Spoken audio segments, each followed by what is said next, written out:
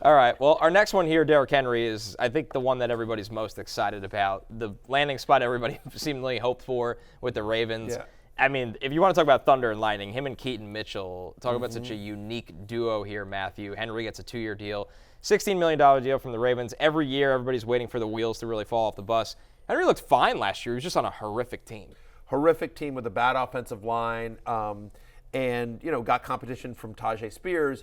We all like Keaton Mitchell quite a bit here, but he's not going to eat into Henry's workload the way that Tajay Spears I think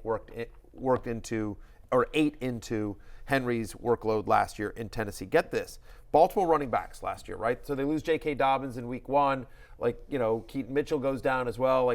There was a Melvin Gordon sighting. Yes. It was a little bit of a mess in Baltimore. And yet, suited up for that team at some point. Exactly. It was a mess in Baltimore last year. And yet, if you just consider the Baltimore running backs as one player, that player had 20 rushing touchdowns, third most in the NFL, over almost 1,700 rushing yards, eighth most in the NFL, and averaged 4.7 yards per carry, fifth best in the NFL. Again, that's just the running backs. That doesn't count Lamar. So my point is that, and obviously that's a mixture of guys here, but Derrick Henry, who has now had 6 straight years of 1,000 yards from scrimmage and double-digit touchdowns, I think is a lock for that once again. And Jay, I don't know if they put up these future markets yet. I'm sure they haven't yet, but I would think that Derrick Henry, as we sit here today, would be the odds-on favorite to lead the NFL in rushing touchdowns.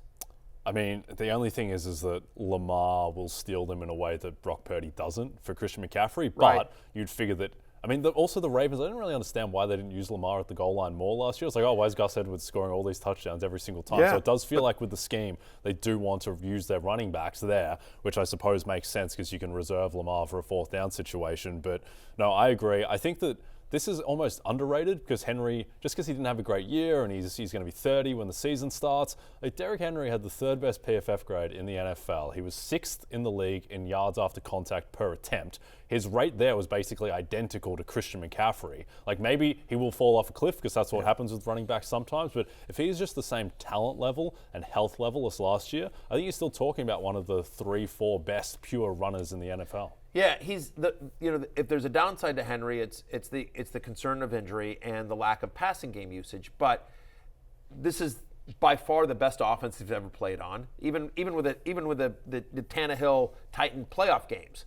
This is a team that easily could have played in the Super Bowl this year. And Lamar Jackson, what a disaster if you're a defense coordinator trying to figure out, okay, I've got to stick a spy on Lamar Jackson, but oh, by the way, here comes the truck that is Derrick Henry coming at me up the middle, and oh, by the way, they've got Mark Andrews and they've got Zay Flowers and some of them, it's second year Monken system. I feel if Derrick Henry winds up with only 12 touchdowns, that's going to be a disappointment. Yep. You know what I mean? Right. 12 touchdowns. He had 12 this year. Exactly. Yeah.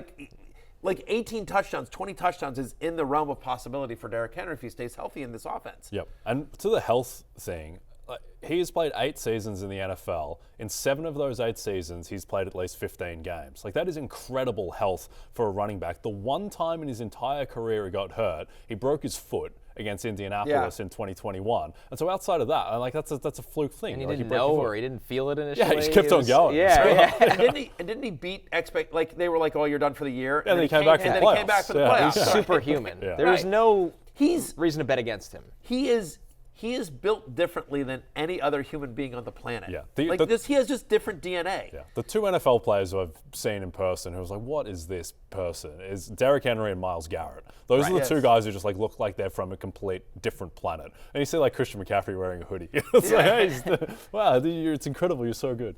Yeah. Yeah. No, he is. He's just a different guy. I'm blanking on the name. Who's the Raiders defensive end? Tyree Wilson? Yes, that guy's another guy that alien. Again, I'm 6 foot. You're Myles Garrett-ish. No, I'm not Myles Garrett-ish, but I'm just saying, I am 6 foot. I'm 190 pounds. I'm not a small human being. And next to Derrick Henry, I've met Derrick Henry before, and same thing. I just felt Tyree Wilson is unbelievable. I was just oh my God, just gigantic a human massive human being. Yeah. massive human being, as is Derrick Henry. One of the biggest gaps of all time between massiveness and production. Tyree Wilson this year. Man. It wasn't No, great. there's nothing.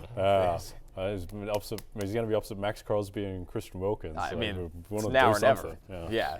By the way, I mean, like, we're not getting into it, but just Wilkins, by the way, added to Antonio Pierce's defense. The Raiders are going to be a very fun fantasy defense next year. Hey, it's Matthew Berry from NBCSports.com and RotorWorld.com, and I want to thank you so much for watching whatever it is you just watched, or if nothing else, being too lazy to click out of the autoplay after this video started, after whatever it is you actually wanted to watch finished. But now that you're here, I'd like to take a moment here to ask you respectfully now, okay? I'm asking you respectfully to subscribe to the NFL on NBC YouTube channel. You'll get the latest Roto-World fantasy news headlines, all sorts of great shows, including my own Fantasy Football Happy Hour. So go subscribe now. Again, I'm asking respectfully.